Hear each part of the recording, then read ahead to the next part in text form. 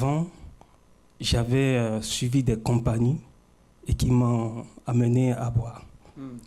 Et je m'en souviens que mon père, il apprenait des gens un métier et ils font des contrats, ils envoient des boissons. Et que ces boissons, moi je vole et je bois avec des amis. Et à chaque fois quand je bois, je garde la bouteille avec un peu de boisson que je casse à la maison, que la boisson est cassée et je mélange avec de l'eau. Et puis ça m'a conduit, même à l'école, j'étais avec des amis, que quand on fait des cours, on sort pour aller boire. Et puis ça a détruit ma vie. Parce que quand je vois, la boisson, c'est moi qui ai enfermé dans la bouteille. Parce que sans la boisson, je peux rien faire. J'étais comme ça aussi. Et puis, je raisonne mal. Toujours, c'est moi qui ai raison. Vous étiez agressif? Agressif, oui. Vous étiez agressif quand vous buvez. Si vous étiez dans l'état normal, vous n'étiez pas agressif. Non, parce que j'ai la condition pour boire, mais je n'ai pas capacité pour arrêter. Et Dieu vous a délivré. Oui. Aujourd'hui, je ne suis plus la citerne de la boisson, mais je suis l'énergie pour pouvoir interrompre la boisson. Amen. Grâce à Dieu. Merci. Quand je suis arrivée au mois d'août au centre d'accueil, j'étais enceinte, mais j'avais un très grand problème spirituel. En même temps, j'entendais des voix qui me parlaient, tout ça. Je n'étais pas bien, mais j'étais enceinte. Même l'enfant, il était perturbé dans mon ventre. Et j'étais venue voir le pasteur Dominique et je lui avais expliqué. Il m'avait dit de venir tous les vendredis, pendant 7 vendredis, et puis tous les dimanches au culte de délivrance. Et au fur et à mesure, je venais et toutes ces choses-là commençaient à partir. J'entendais plus des voix. Et je commençais à venir, mais à un moment donné, que l'enfant ne bougeait pas dans mon ventre. Et j'étais venue voir le pasteur Alfredo et je lui ai expliqué. Et il a prié avec moi. Il m'a dit que pendant 1 semaine, il ne bougeait pas du tout. Et il a dit que attendez-vous que l'enfant il va bouger à nouveau. Et il m'a imposé les mains, il a prié. Après, en partant de la porte, je sentais l'enfant, il était en train de bouger. Amen. Moment. Grâce à Dieu. Amen. Grâce à Dieu. Bonjour à tous. Il y a beaucoup de personnes qui se questionnent comment doit être ou comment est la vie vraiment. Et je suis en train de méditer une chose. Qu'est-ce que ce monde où nous vivons, n'importe dans quel pays, n'importe de quelle nationalité nous sommes, de quelle race nous sommes, qu'est-ce que ce monde peut nous donner? Qu'est-ce qu'il a de bon dans ce monde? Bon, je vais vous dire une chose. Moi, personnellement, j'aime la nature, parce que la nature a été créée par Dieu. Mais, mes amis, dans ce monde, il y a des situations qui sont inexplicables. Il y a des gens qui vivent comme s'ils vivaient dans un enfer. Peut-être vous-même, vous qui êtes en train de suivre cette émission, vous êtes quelqu'un qui est comme si vous étiez en train de traverser l'enfer. Beaucoup de situations, tout donne erroné, rien ne marche. Et la question c'est, est-ce que la vie c'est comme ça? Bon, si nous l'acceptons, elle est comme ça. Mais si nous n'acceptons pas, elle peut changer. Nous allons écouter cette histoire de cette personne avant d'arriver au centre d'accueil. Comment était sa vie avant d'arriver au centre d'accueil? Avant d'arriver au centre d'accueil, j'avais une vie pas trop bien, déjà malade. J'avais une arthrose cervicale qui m'handicapait complètement, je souffrais. J'avais des maux de tête atroces, donc je finissais par vomir tellement que c'était douloureux. En ayant du mal à me lever le matin, je devais prendre une demi-heure avant de me mettre debout. J'étais obligée de prendre ma main gauche, le replacer sur mon ventre pour pouvoir pivoter du lit, pour pouvoir démarrer la journée. Et sans anti-inflammatoire, je ne peux rien faire. C'est une douleur atroce qui sortait des vertèbres et qui descendait dans le bras. On peut l'avoir dans les genoux, mais c'est une maladie handicapante qui ne guérit pas. On peut le soulager par des anti-inflammatoires ou des infiltrations uniquement. C'est une maladie à vie, pour ainsi dire. Dans le temps, on disait que c'était la maladie des vieux, comme on disait dans le temps, mais plus maintenant, parce que 90% de personnes sont atteintes de cette maladie. Donc, qui vit avec, puisque moi je vivais avec, parce que je ne savais pas qu'il y avait d'autres moyens. Et j'ai vécu 15 ans avec cette maladie en souffrant atrocement. Si je ne prenais pas les anti-inflammatoires ou des infiltrations, je ne pouvais rien faire. J'étais carrément clouée, pour ainsi dire, dans un lit sans bouger. Les gestes faciles, donc tout le monde pouvait faire. Moi, j'avais du mal à le faire parce que je ne pouvais pas porter un sac, puisque ça me tirait derrière. Le bras, je ne pouvais pas l'utiliser si je ne le soulageais pas en prenant des médicaments. Eh bien, je me sentais atrocement mal, parce que pour moi, c'était handicapant. Quand on se sent handicapé, qu'on ne peut pas faire grand-chose, on est mal déjà en soi. Et je souffrais beaucoup, et en prenant tous ces anti-inflammatoires, c'était l'estomac qui en prenait un coup. Puisque après ça, j'ai eu une overdose médicamenteuse, puisque les anti-inflammatoires, ça n'arrange pas les intestins à l'intérieur. Alors, je buvais, enfin, entre guillemets, pour plus de raisons, puisque déjà, il y avait cette souffrance, il y avait un manque déjà de quelque chose dont je ne savais pas. Il y avait un manque à l'intérieur de moi aussi, donc en prenant l'alcool, pour moi, ça me soulageait, on va dire ça comme ça me soulageait. Je me sentais bien, entre guillemets, mais après, ma vie financière était catastrophique, donc j'avais une dette de 21 000 €. Quand ça dépasse de tout, c'est plus fort que nous et on ne peut rien faire, on se retrouve dans un engrenage, donc on ne peut plus s'en sortir après. Le moment le plus dur pour moi, c'était au moment que je buvais. Et parce que quand je me suis réveillée un dimanche matin, que ma fille me dit « Maman, ça sent l'alcool ». Et quelqu'un qui boit ne reconnaît jamais qu'il boit en disant « Non, non, non, c'est pas vrai ». Alors quand la gamine de 6 ans m'a dit « Maman, ça sent l'alcool » à 6 h du matin, je lui ai dit « Non, c'est pas possible, c'est un bonbon que j'ai mangé, tout ça ». Puis après, c'est parti. Et ensuite, quand j'ai entendu ça, ça m'a fait tellement mal. Donc, je suis tombée sans le savoir, puisque je ne connaissais pas encore Dieu. Sans le savoir, je suis tombée par terre en pleurant. Je ne sais pas combien de temps je restais par terre, mais en disant non, non, non, non, Seigneur, pas ça, pas ça, pas ça, pas ça. Voilà comment ma vie était, avant d'arriver au centre d'accueil, ma vie était catastrophique. J'ai remarqué ici certaines choses, parce qu'elles sont de telle manière, autant de choses que c'est impossible que nous le gardons ici. Elle avait une arthrose cervicale pendant 15 ans, malade pendant 15 ans. Elle se sentait mal, elle avait des maux de tête constantes à cause de maladies de médicaments. Elle avait fait une overdose médicamenteuse. Elle buvait pour se soulager. Elle avait une dette de 21 000. Elle était interdite bancaire. Bon, elle avait presque tous les problèmes. Et qui peut aider une personne comme ça?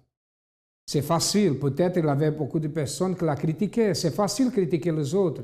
C'est facile de dire que la personne, elle boive, que la personne boit, que la personne est endettée, de critiquer. Mais comment aider une personne comme ça? Une personne qui certainement croyait en Dieu. Mais où est Dieu? C'est la question. Beaucoup de personnes se questionnent, où est Dieu? Le problème n'est pas en Dieu, le problème est dans la manière que nous pratiquons la foi. Si nous pratiquons une foi intelligente, une foi surnaturelle, si vraiment nous croyons que le Tout-Puissant peut tout faire, alors c'est possible. Regardez ce qui s'est passé après qu'elle est venue au centre d'accueil. Je suis arrivée au centre d'accueil par une invitation. Et puis un beau jour, je me suis dit, tiens, on m'a dit qu'il y en avait un centre d'accueil à Mairie de Montreuil. J'y suis allée, c'était en 2009. Et puis je suis attendue et en ce moment, il y avait la campagne d'Israël. Je demandais qu'est-ce que c'était. Il y avait un petit pasteur qui était là, auxiliaire qui était là. Je lui demande c'est quand est-ce qu'on part en Israël. Il me dit on ne part pas en Israël, c'est déjà fait. Alors je lui dis qu'est-ce que c'est la campagne d'Israël? Il me dit non, il m'expliquait qu'est-ce que c'était, tout ça. Alors je lui dis bon, je vais prendre mon enveloppe aussi. Alors j'ai pris l'enveloppe, j'ai participé à ma campagne d'Israël. J'ai participé à cette campagne d'Israël parce que justement quand je suis rentrée, j'avais cette dette. Puisque je devais me présenter au tribunal, justement, parce que j'avais ce jugement qui devait se faire. Je me présentais au tribunal. Ma pensée, c'était dire je n'avais rien à perdre. Je dis, bon, puisque en entendant parler les personnes qui l'ont déjà fait, qui étaient déjà là, qui ont dit j'ai ceci, je lui ai dit, eh bien oui, pourquoi pas, je n'ai rien à perdre, je vais me lancer aussi. Et c'est de là je me suis lancée, je l'ai fait. Parce que vu que je n'avais pas beaucoup d'argent déjà en premier, j'ai dit justement en parlant avec une sœur, enfin une ouvrière, il m'a dit oui c'est le tout qu'il faut, tout ça. Et mon tout, c'était mon tout. Alors j'ai déposé. J'ai senti quand même quelque chose. J'ai dit Seigneur, c'est toi, tu vas le faire. Tu vas le faire parce que tu me connais, tu sais, c'est tout ce qui me reste, c'est tout ce que j'ai.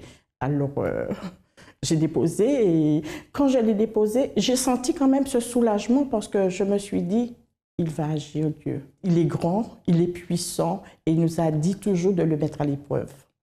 Au travers des campagnes d'Israël, eh bien, je dirais que ma vie avance. Hein. J'ai une vie vraiment heureuse. Hein. J'ai la joie, j'ai la paix, je vis bien. Alors les dettes étaient effacées, je n'ai plus de dettes, hein, je n'ai plus de crédit, je ne suis plus fichée à la banque, je n'ai pas des sommes énormes, mais ma vie avance spirituellement. J'ai une vie comblée, puisque je me suis accrochée à Dieu, je me suis donnée à 100% à lui. J'ai laissé toutes les choses que j'avais derrière, j'ai laissé derrière pour me donner qu'à lui, à lui seul. Hein. Et ma vie, je suis comblée. J'ai abandonné l'alcool complètement, même pas une goutte. La santé, superbe, franchement, j'ai la santé d'une jeune fille, on va dire de 26 ans. Hein. Et ma fille qui ne connaissait pas Dieu, enfin connaît Dieu religieusement, on va dire, maintenant, ça va, elle commence à me poser des questions, à parler de Dieu avec elle. Et pour moi, c'est la plus grande joie, c'est ma fille l'emmener à Dieu. Le centre d'accueil, pour moi, c'est ma maison. C'est ma maison parce que j'ai reçu. Je reçois et j'en recevrai encore parce que le centre d'accueil me montre la façon justement de déterminer les choses, la façon d'avancer, la façon de voir les choses. Et c'est tout pour moi. Elle dit que le centre d'accueil est tout pour elle. Bon, elle dit ça pourquoi? Parce que là, elle a été délivrée du vice, elle a payé ses dettes, elle a été guérie, elle a reçu un vrai miracle dans sa vie, un miracle de transformation, de guérison, de délivrance dans tous les aspects. Pourquoi? Parce qu'elle a appris à pratiquer la foi intelligente, la foi qui change toutes les choses. Mon ami, je suis ici en train de parler avec vous. Principalement, vous qui ne trouvez pas la bonne porte, vous qui ne trouvez pas la solution, vous qui êtes quelqu'un qui pleure, quelqu'un qui se sent triste, quelqu'un qui ne voit pas un futur devant votre vie. Je suis là pour vous dire que la solution existe. Et c'est pour cela que nous montrons ce témoignage. C'est pour cela que nous vous montrons le résultat de cette foi intelligente. Aujourd'hui, elle est une personne complètement transformée. Comme vous pouvez être transformé, vous pouvez être guéri, vous pouvez sortir de cette situation que vous passez. Et Dieu n'est pas coupable de ça. Dieu n'est pas coupable. Les coupables sommes nous quand nous ne pratiquons pas une foi intelligente. Nous ne savons pas. Beaucoup de personnes souffrent parce qu'ils ne connaissent pas la vérité. Mais quand nous connaissons la vérité et nous la pratiquons, voilà, le résultat c'est ça. Nous allons voir plus une autre histoire. Ma vie avant d'arriver au centre d'accueil, elle était en ruine. En ruine parce que je me détestais, je me haïssais au fait. Je n'aimais pas non plus les gens. Je n'arrivais pas. Je ne me sentais pas bien en fait. Je me sentais vraiment mal. Ce mal-être était dû à une enfance, un passé très très difficile. Ça a mis comme sentiment à l'intérieur de moi une très profonde haine, un profond mal-être. Comme je vous ai dit, je me détestais. Quand j'étais petit, j'avais des problèmes, j'avais du mal à m'endormir. Je faisais énormément de cauchemars. Mais ensuite, quand je suis devenu adolescent, peut-être vers l'âge de 15 ans, là, j'ai commencé à prendre beaucoup de médicaments en même temps. Voilà, pour dormir longtemps, voire ne jamais me réveiller, quoi. C'était ça le truc, tellement j'étais mal. Au fait, je pense que c'était aussi des appels au secours. Je fumais, j'ai touché pour la première fois une cigarette à l'âge de 8 ans. Mais ensuite, j'ai commencé vraiment à fumer comme ça avec les copains à l'âge de 12 ans. C'est-à-dire peut-être un paquet qui faisait le mois. Mais ensuite, à la suite de ça, j'ai commencé vraiment à être vicié dans la cigarette à l'âge de 15 ans, quand on passe au lycée, au fait. Oui, j'ai fumé, un paquet un jour et demi. C'est-à-dire 20 cigarettes pour un jour et demi. En gros, 15 cigarettes par jour. Le moment le plus dur pour moi, pour être honnête avec vous, chaque seconde de ma vie était vraiment dure. Bien sûr, il y avait des moments où je souriais comme un enfant, mais en fait, je n'ai pas eu d'enfance ni d'adolescence. En fait. J'ai eu à affronter des choses d'adultes très, très jeunes, en fait, sans même avoir les armes. Quand je suis arrivé à l'église, peu de temps après, il y avait une campagne de Néhémie, un propos de la reconstruction. Et j'ai trouvé ça vraiment fort, la façon dont il s'est comporté. Et j'ai dit, je veux être un Néhémie de ma vie. Je veux être le Néhémie de ma vie. Et donc, j'ai commencé à vraiment y croire que moi aussi, ça pouvait m'arriver. Aussi, quand j'entendais les témoignages, que ce soit à la radio ou que j'ai lu dans le Semeur, je me disais, non, c'est pour moi aussi. Dieu, il est pour tous. Voilà. Sinon, j'ai fait la campagne d'Israël. J'ai fait le jeûne de Daniel dernièrement. Pendant la campagne d'Israël, il y a eu des luttes. C'était très difficile. Un engagement vis-à-vis de Dieu, au fait. C'était ma part que je devais faire. Aujourd'hui, ma vie est reconstruite. Au fait, maintenant, je suis un homme qui m'aime et qui aime son prochain, qui aime les gens. Je n'ai plus du tout de pensée suicidaire, plus du tout. Je n'ai plus d'insomnie. Au fait, je suis heureux de vivre, en fait. J'ai la joie de vivre. Quand il m'arrive un problème, je confie ça à Dieu et puis je sais que Dieu agit. Voilà. Concernant les vices à cigarette, j'ai complètement tout arrêté, quoi, au fait.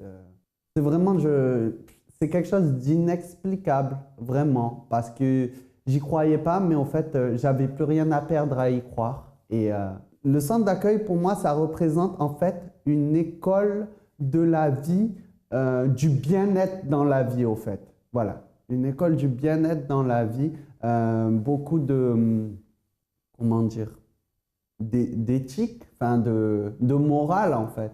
Si j'avais un conseil à donner à quelqu'un, c'est vraiment de croire en Dieu, en fait. Dieu est un Dieu vivant, il existe vraiment, et il agit vraiment dans notre vie. Si nous faisons notre part, si nous y croyons vraiment, si nous avons vraiment la révolte à l'intérieur de nous-mêmes, Dieu agit vraiment. Donc, l'idée, ce serait vraiment de trouver le centre d'accueil le plus proche et d'aller remettre sa vie entre les mains de Dieu, vraiment. Bienvenue au Centre d'accueil universel. Nous sommes actuellement situés dans 9 régions d'Île-de-France, ainsi que dans certaines provinces et au Dom-Tom. Ouverts 7 jours sur 7, avec 6 réunions par jour. Nous offrons assurément notre aide pour chacun. À toute heure de la journée, vous trouverez en permanence des assistants prêts à vous écouter. Qu'il s'agisse d'une orientation pour vos choix ou pour une situation particulière, tous les sujets peuvent être abordés. Donc si vous êtes à la recherche d'un conseil, d'une oreille attentive ou juste d'une prière pour reposer votre esprit, n'hésitez pas à venir. Ne vous inquiétez pas si vous ne pensez pas avoir le temps de venir. Si votre situation est difficile, nous avons des séances quotidiennes qui ciblent en profondeur les problèmes liés à tous les domaines de votre vie. Vie financière, santé, bien-être intérieur, famille et mariage, tous ces thèmes sont développés dans nos conférences et réunions hebdomadaires. Aucune prise de rendez-vous n'est nécessaire. Vous êtes simplement bienvenus. De plus, tous les services que nous offrons sont absolument gratuits. Voulez-vous savoir de quoi il s'agit? Suivez-moi et jetez vous-même un coup d'œil. Si vous ouvrez cette porte, vous trouverez des conseillers disposés à vous venir en aide, quelle que soit votre préoccupation. Ils vous donneront, sans vous juger, des enseignements pratiques qui enlèveront la pression sur vos épaules. Pour plus d'informations sur les sessions que nous offrons, vous pouvez recevoir gratuitement un de nos feuillets explicatifs ou notre revue semi-annuelle. Nous offrons également des installations gratuites de garde d'enfants pour la durée de chacune de nos réunions. Soyez donc parfaitement à l'aise si vous avez des enfants. Des éducatrices formées prendront soin d'eux comme s'ils étaient les leurs. Et si vous êtes très occupé ou toujours sur la route, pourquoi ne pas visiter notre site internet où vous serez averti au quotidien de toute l'actualité du centre d'accueil. Vous y trouverez notre radio positive en ligne, ainsi que nos émissions quotidiennes diffusées sur internet. Nous mettons tout en œuvre pour vous aider et vous motiver quelle que soit votre situation. Rendez-nous visite ou appelez notre ligne amie 24 heures.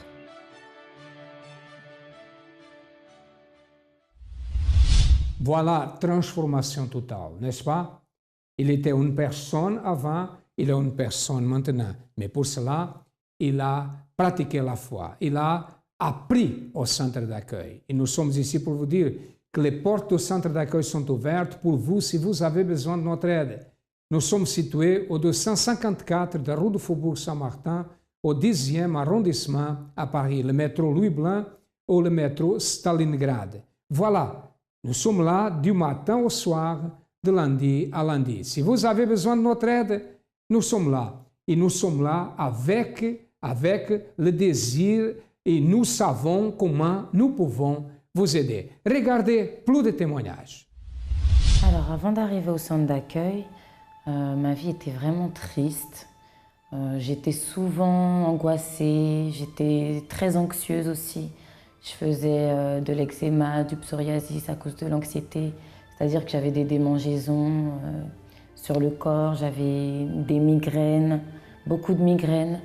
J'avais des problèmes dans mon couple, des gros problèmes de nervosité. Je fumais aussi, je fumais beaucoup. Je fumais le cannabis et la cigarette, mais je fumais plus le cannabis que la cigarette. J'ai fumé au moins depuis l'âge de 16 ans, donc pendant plus de 10 ans, presque 13 ans, à fumer comme ça, à essayer de chasser en fait mes angoisses avec le cannabis. Depuis 2009, j'avais pas eu un contrat de travail de plus de 3 semaines. Et j'avais travaillé vraiment de façon épisodique, 3 semaines par-ci, 3 semaines par-là, mais vraiment rien de stable. J'ai accumulé beaucoup de dettes à cause de cette situation.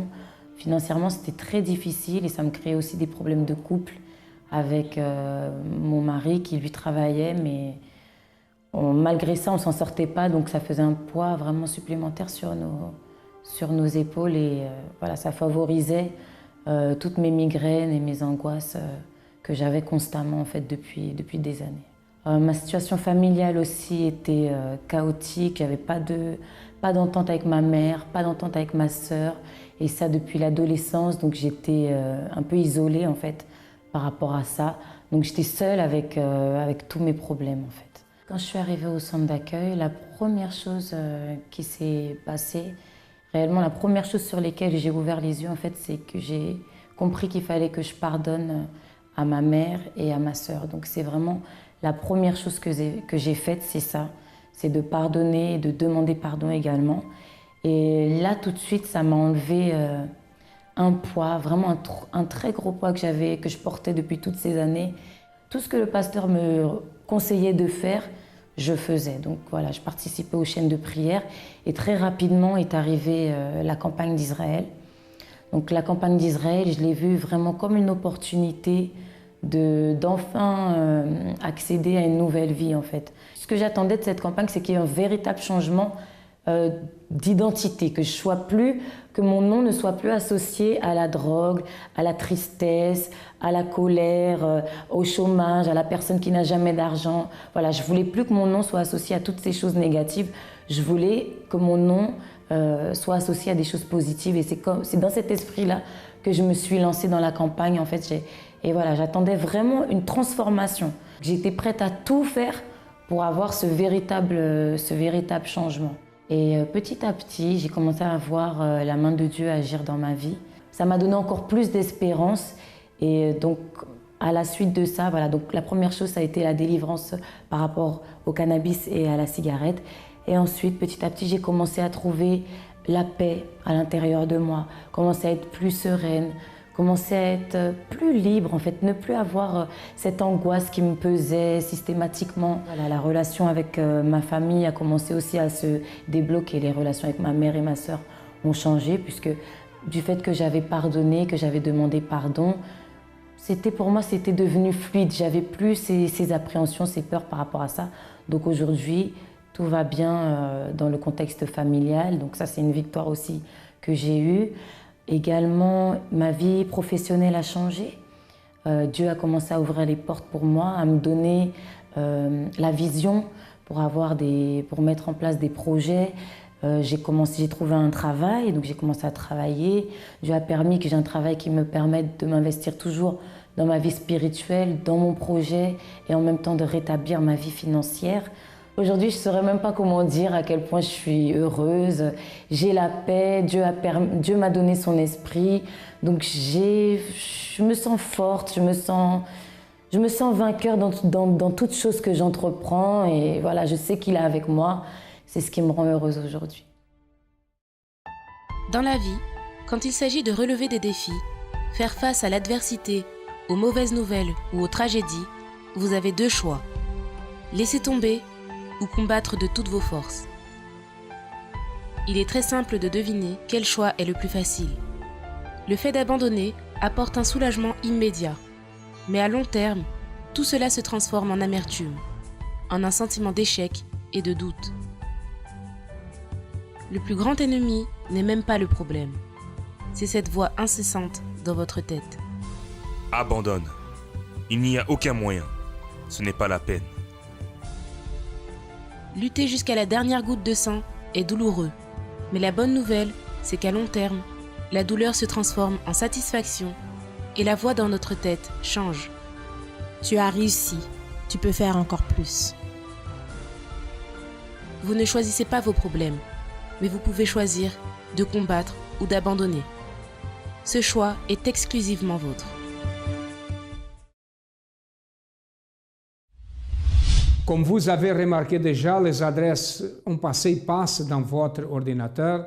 Si vous avez besoin d'une transformation, d'une guérison ou d'autres, vous devez aller chercher le plus proche de vous. À demain et que Dieu vous bénisse à tous abondamment.